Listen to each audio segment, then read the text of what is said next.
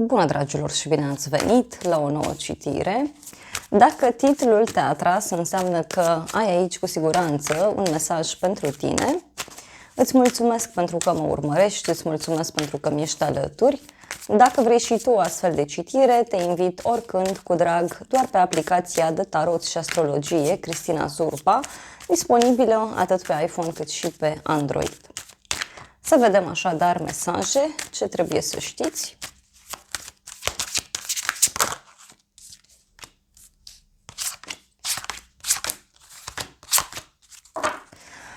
La baza pachetului avem așa, regele de cupe, 8 de bâte și 8 de spade. Interesant. Pare să fie un moment în care, uite, e un personaj aici în jurul tău. Poate e mai sensibil, poate este o persoană mai dălăsătoare din fire, pentru că văd că e cineva care are așa ca o obsesie în minte, da? Cineva care poate e puțin stresat sau poate e blocat cumva în propriile gânduri și 8 de bâte îmi spune că persoana aceasta vorbește foarte mult din suflet, vorbește foarte direct. Mai poate să fie și o perioadă în care, uite, vorbești foarte mult, da? Pe zona de online. Pentru unii poate să însemne și o perioadă în care vreți să rezolvați multe lucruri, dar cumva rapid, da? Deci nu văd foarte multă răbdare aici. În plan personal avem 6 de cupe, o legătură cu un copil sau cu trecutul, o legătură cu un suflet pereche. Poate să fie și o perioadă în care oferi poate chiar cuvinte dulci oamenilor din jurul tău, poate primești tot felul de complimente. 6 de cupe poate să însemne de asemenea și o bucurie pentru sufletul tău. Hai să vedem în continuare 4 de cupe. Uite, e ceva aici care nu-ți place, ceva care nu-ți convine. 4 de cupe, uite, poate să însemne și un refuz. Deci fie tu refuzi pe cineva, fie cineva poate să fie refuzat. Dar pentru alții mai poate să însemne și o stare de plictiseală, de oboseală. Hai să vedem. 6 de cupe. Ce spune tarotul?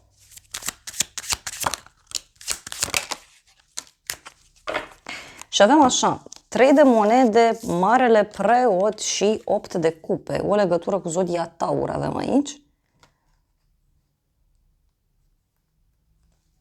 O discuție, da, pe care poate ai avut-o, fie cu un părinte, fie cu o persoană pe care tu o respecti, și discuția aceasta fie a fost despre a amâna ceva, fie, în unele cazuri, simt eu că are legătură cu faptul că intri în contact cu o persoană din trecutul tău, care, nu știu, fie ți-a făcut ceva, fie a fost nevoie să ierți persoana asta. Ceva aici a fost. Dar pentru alții e ca și cum ați dat la spate o activitate. Poate e o activitate de suflet, poate nu e ceva extraordinar de important, dar în alte cazuri, uite, dacă e vorba de dragoste, văd aici că parcă ai planificat ceva cu partenerul, a spus gata, facem, și apoi cu 8 ăsta de cupe e ca și cum ați amânat, ați dat la spate. 4 de cupe mai avem.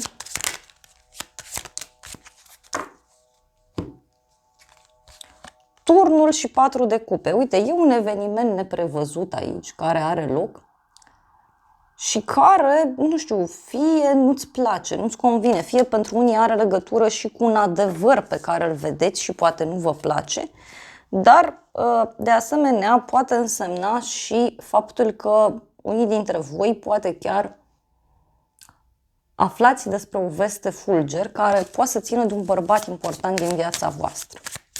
Mai vreau o carte.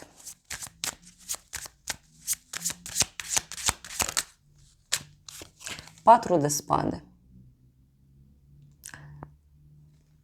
Poate să fie și un moment de odihnă. Pentru alții e ca și cum ziceți, băi, uite, mă duc, mă odihnesc și când colo apare ceva neprevăzut care îți strică odihna, da? Poate să fie și asta. Uite, avem 6 de monede, deci poate este o discuție care pleacă de la bani pentru unii sau poate e ceva legat de un cadou.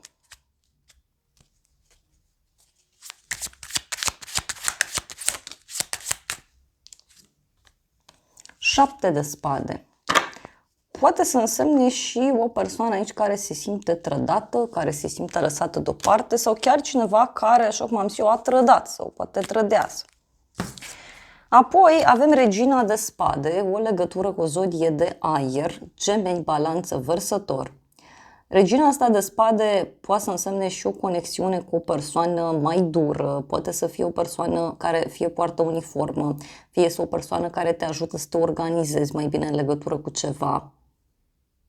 Dar poate să fie și energia ta, că ești într-un moment în care ai totul foarte bine calculat. Apoi avem Diavolul, o legătură cu zodia Capricorn. O veste care apare și care ține de bani sau poate avea legătură și cu o persoană care are aici un anumit interes. Unii parcă sunteți într-un compromis sau într-o relație în care e ceva toxic aici la mijloc. Mai poate să însemne și că întâlnești o persoană care are un interes la tine. Financiar și eu de altă natură. Hai să vedem, Regina de Spade. A venit clarificată tot cu Regina de Spade și avem și 10 de bâte. Eu cred că în unele cazuri este vorba despre o perioadă mai aglomerată. Da? Fie fizic ai multe lucruri de făcut, fie este despre multe responsabilități pe care tu ai impresia că le ai. Da? Pentru alții este și despre a vă organiza mai bine. Da? Mai vreau o carte. 2 de bâte. Poate să însemne și o amânare, dar poate să însemne și niște planuri pe care le ai tu pe un termen foarte lung. Pentru alții simt că este vorba despre o greutate pe care o duceți în spate de mult timp, dar care vine la pachet și cu bucurie, și cu reușită, și cu recunoaștere. Doar că e greu de dus. Hai să vedem Diavolul. 4 de monede. Aici fie ești tu foarte hotărât să faci un anumit lucru, dar mai poate să însemne și faptul că te concentrezi foarte mult pe partea asta materială. Da? Unii poate întâlniți o persoană mai încăpățânată. Mai avem aici Cavalerul de cupe, 2 de cupe, Justiția.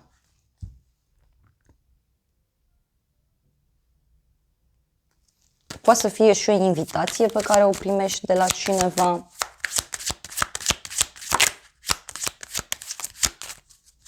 Hai să vedem mai departe. Steaua, o legătură cu zodia Vărsător. Steaua, uite, poate să însemne și un adevăr pe care îl afli. Steaua poate să însemne pentru unii și o noutate plăcută. Mai vreau o carte. Regele de monede, ok, o legătură cu o zodie de pământ, Taur, Fecioară, Capricorn. Da, unii poate aveți niște discuții aici mai importante, care pleacă de la bani sau care pleacă de la faptul că poate cineva e zgârcit. Sau e mai econom așa din fire, ca să sune mai frumos. Hai să vedem surpriza. Surpriza e 2 de cupe și Marea Preoteasă. Surpriza are legătură cu o întâlnire ascunsă sau are legătură cu niște secrete care țin de o relație. Surpriza poate avea legătură și cu niște declarații, da, de dragoste pe care tu le faci cuiva sau cineva îți spune ție. Poate să fie și un secret pe care îl afli despre o relație din jurul tău. Hai să vedem 2 de cupe.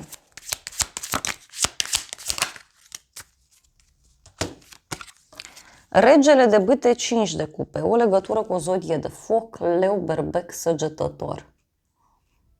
Surpriza poate să țină și de un bărbat din viața ta care are niște regrete sau cineva care are niște probleme de suflet. Sunt probleme importante.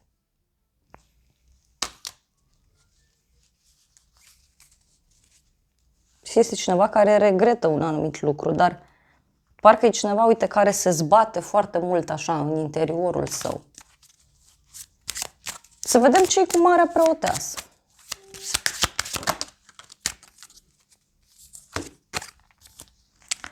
Faetonul, Pajul de cupe, o legătură cu zodia Rac.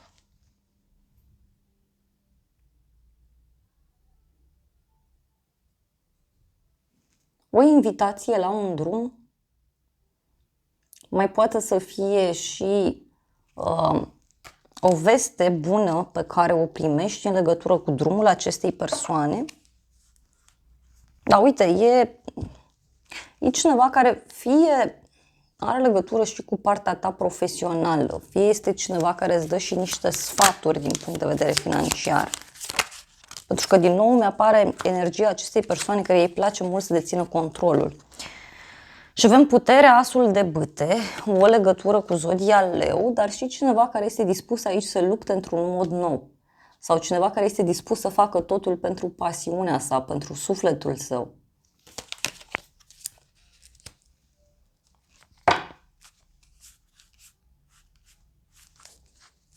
Cineva care reacționează într-un mod impulsiv. Dar văd eu că are legătură și cu un sfârșit. Hai să vedem ce spune tarotul meu. Da? Hai să vedem. Surpriza are legătură, uite, o întâlnire cu dragoste sinceră și cu intrigi între femei.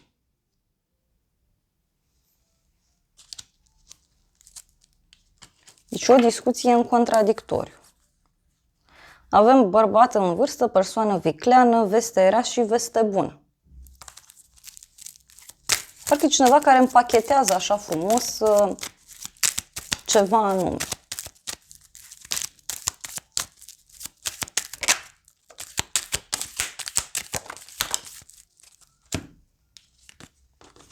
Avem femeie în vârstă, te dorește cineva, bucurie mică și proces și judecată. Poate surpriza are legătură cu cineva din jurul tău care vine și îți povestește poate despre problema asta pe care o are în relații.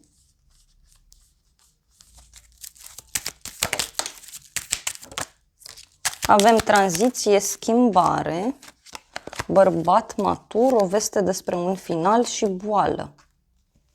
Na. Deci poate e cineva care are niște probleme aici foarte mari, repet. Sau un cuplu din jurul tău care trece printr-o perioadă complicată. Mai vreau o carte.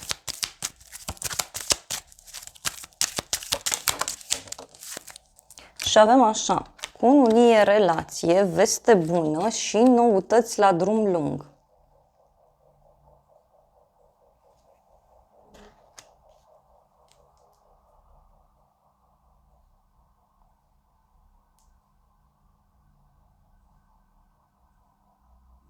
Poate e cineva, nu știu, care te invită undeva la drum lung.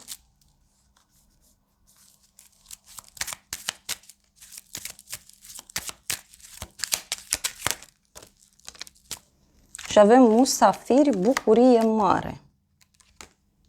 Nu. Deci poate are legătură pentru unii cu o problemă într-o relație, o problemă undeva. E cineva care încearcă să rezolve lucrurile fie în secret, fie pur și simplu persoana aia vrea să țină pentru el sau pentru ea. Doar că, repet, eu ce văd aici, văd o bucurie foarte mare în final. E o surpriză plăcută pe care o ai. Hai să vedem ce zice și oracolul în legătură cu surpriza asta. Și avem direcție, călătorie, schimbare, control, schimbare, puritate. Deci surpriza are legătură cu cineva care schimbă direcția, schimbă strategia. Poate are legătură și cu un drum pe care cineva îl face și la drumul ăsta apare schimbarea. Noroc, bani, dorință, atracție, stabilitate, siguranță. Mai vreau o carte.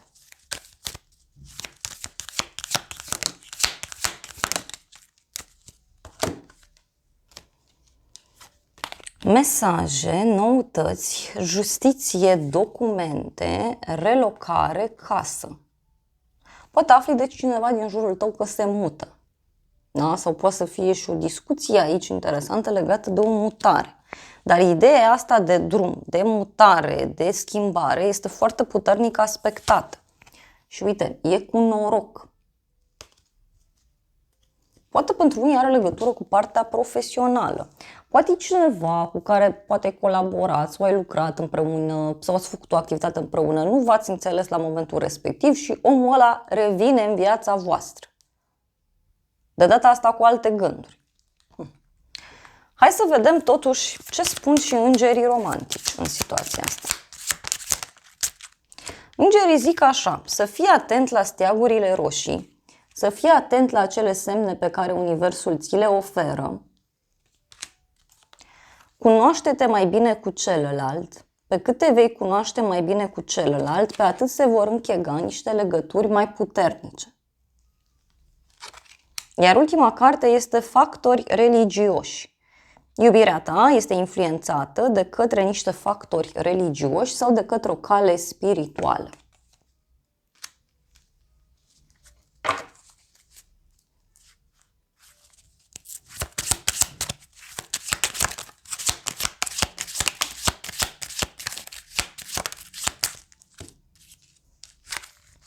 Este în siguranță pentru tine să iubești. Deschide-ți inima, oferă și primește cea mai mare energie dintre toate. Și avem așa că există o puternică atracție, o puternică chimie.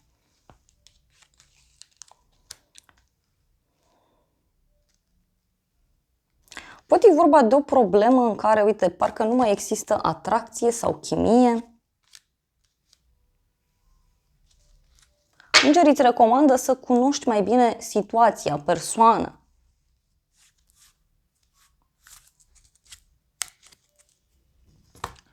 Hai să vedem ce spune și oracolul meu în legătură cu surpriza asta.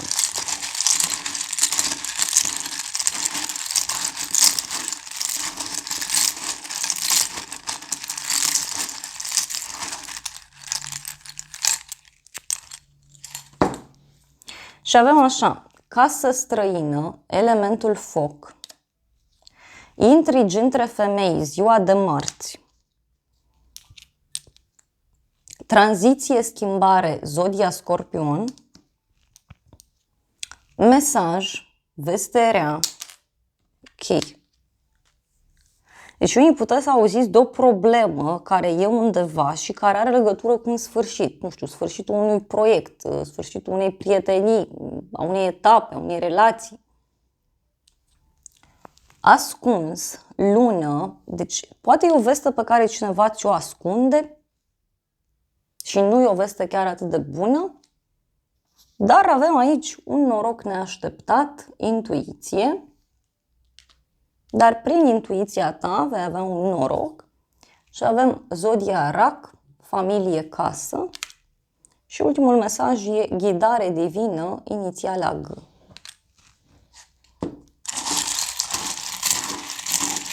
Într-o altă e ca și cum lucrurile se așează într-un anumit mod favorabil vouă, dar cumva se așează cu viteza luminii.